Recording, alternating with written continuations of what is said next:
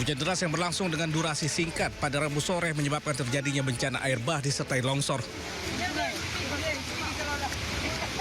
Tanah dan bebatuan memutus akses jalan lintas provinsi, tepatnya di Desa Bulu Soma, Batang Natal, Mandailing, Natal, Sumatera Utara. Kejadian ini sempat membuat panik warga dan para pengendara yang melintas. Bahkan, puluhan pengendara lainnya terjebak di antara longsoran hingga mereka terpaksa harus berjalan kaki.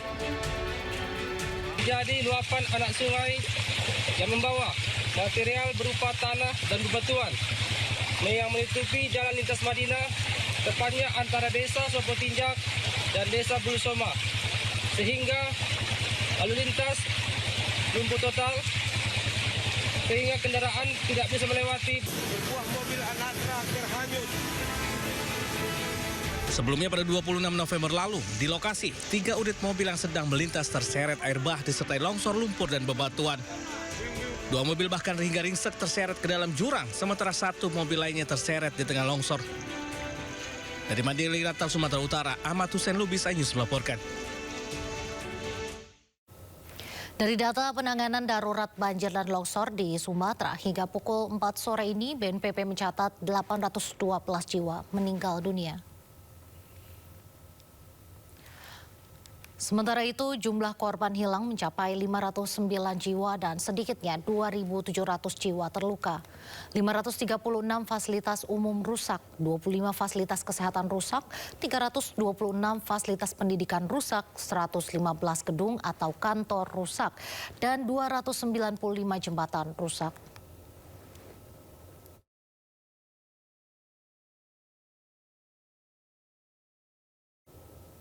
Desa Garoga di Tapanuli Selatan, Sumatera Utara luluh lantak dan terisolasi akibat banjir. Sementara itu puluhan warganya dinyatakan hilang.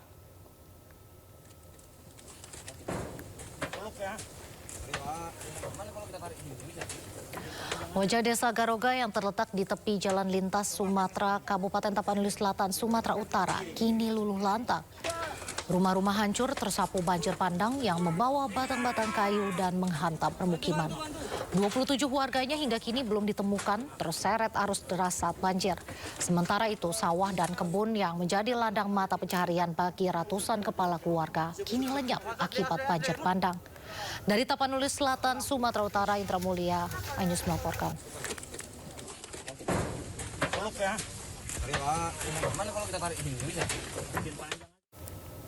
Pemirsa, korban jiwa akibat banjir bandang, longsor, dan angin kencang di Kabupaten Agam, Sumatera Barat bertambah menjadi 169 orang.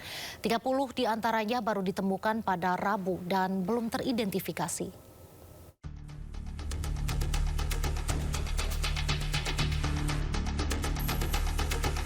Korban jiwa akibat banjir bandang, longsor, dan angin kencang di Kabupaten Agam, Sumatera Barat bertambah menjadi 169 orang. 30 diantaranya ditemukan sepanjang Rabu dan belum teridentifikasi. Di sejumlah daerah, warga dan petugas membangun jembatan darurat secara swadaya untuk mempermudah akses evakuasi dan juga mempercepat mobilitas petugas dan pengiriman logistik. Seiring terbukanya jalur, bantuan pun mulai masuk ke wilayah-wilayah yang sebelumnya terisolir. Namun di bagian timur Kabupaten Agam masih ada 2 lokasi yang belum dapat dilalui kendaraan, yaitu Nagari Pagadih di Kecamatan Palupuah dan Nagari Sungai Landia di Kecamatan Ampekoto. Untuk yang masih tertutup aksesnya adalah di daerah Palupuah ada daerah Pagadih, kemudian di Empat Koto itu ada daerah Sungai Landia. Dan alhamdulillah walaupun situasi masih tertutup, masih upaya untuk melakukan upaya membuka jalur di situ masih terus dilakukan. Hingga Kamis pagi, jumlah pengungsi mencapai 12.800 jiwa di 7 kecamatan. Sebagian besar pengungsi berasal dari wilayah yang masih tertutup material banjir bandang dan longsor. Dari Agam, Sumatera Barat, Wahyu Sikumbang, iNews melaporkan.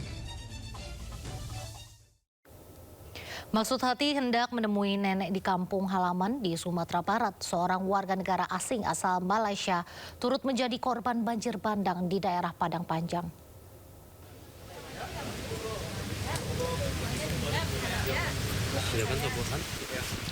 Erna, seorang warga negara Malaysia asal Selangor ini sudah 2 hari berada di posko DVI Rumah Sakit Bayangkara Polda Sumatera Barat dan ingin mengetahui tentang keberadaan anaknya yang bernama Asrul Nizam.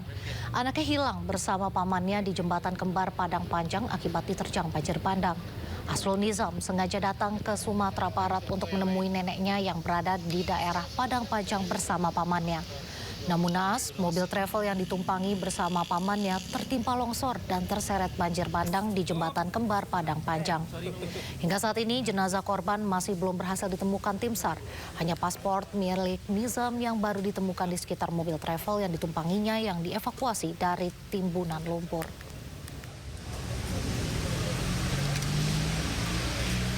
Dari Malaysia hari Minggu, terus ke sini. Dan terus ke kampung. Semalam disuruh ke sini lagi, jadi sampai sekarang belum dapat lihat.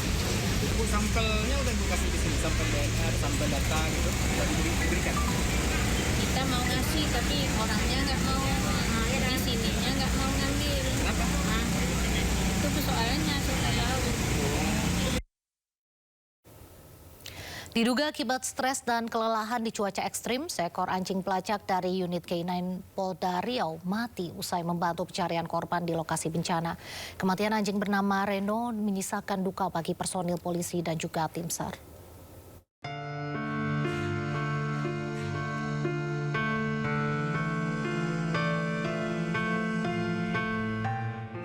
Seekor anjing pelacak dari unit K9 Polda Riau bernama Reno mati saat mencari korban banjir di Kabupaten Agam, Sumatera Barat.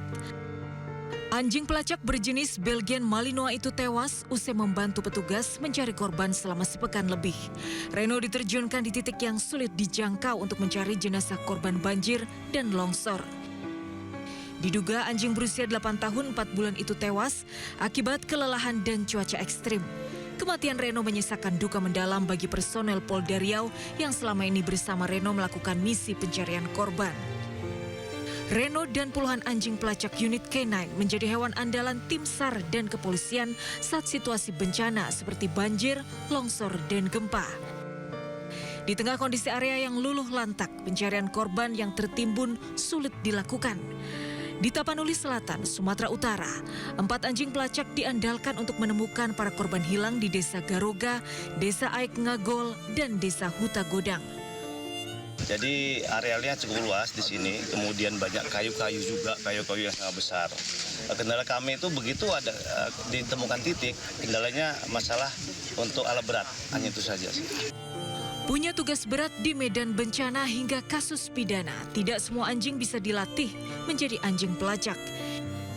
Biasanya dipilih dari ras Belgian Malinois, German Shepherd, dan Dutch Shepherd karena memiliki kecerdasan kekuatan fisik dan penciuman tajam. Memiliki lebih dari 200 juta reseptor, anjing jenis itu mampu menemukan barang bukti tersembunyi, membaui narkoba, senjata, dan bahan peledak, serta menemukan bau manusia dari jarak berkilometer. Tim Liputan iNews melaporkan.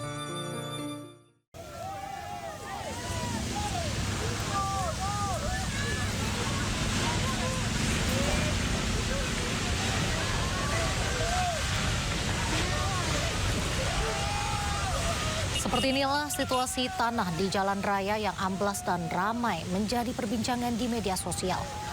Upaya pembuatan parit darurat di Jalan Pacuan Kuda Kabupaten Bener Meriah Aceh menggunakan ekskavator untuk mempercepat aliran air di sisi kanan jalan justru berujung fatal. Struktur tanah di bawah badan jalan yang ternyata hanya berupa pasir tidak mampu menahan gerusan air. Akibat aspal amblas hingga memotong badan jalan dan runtuh seketika.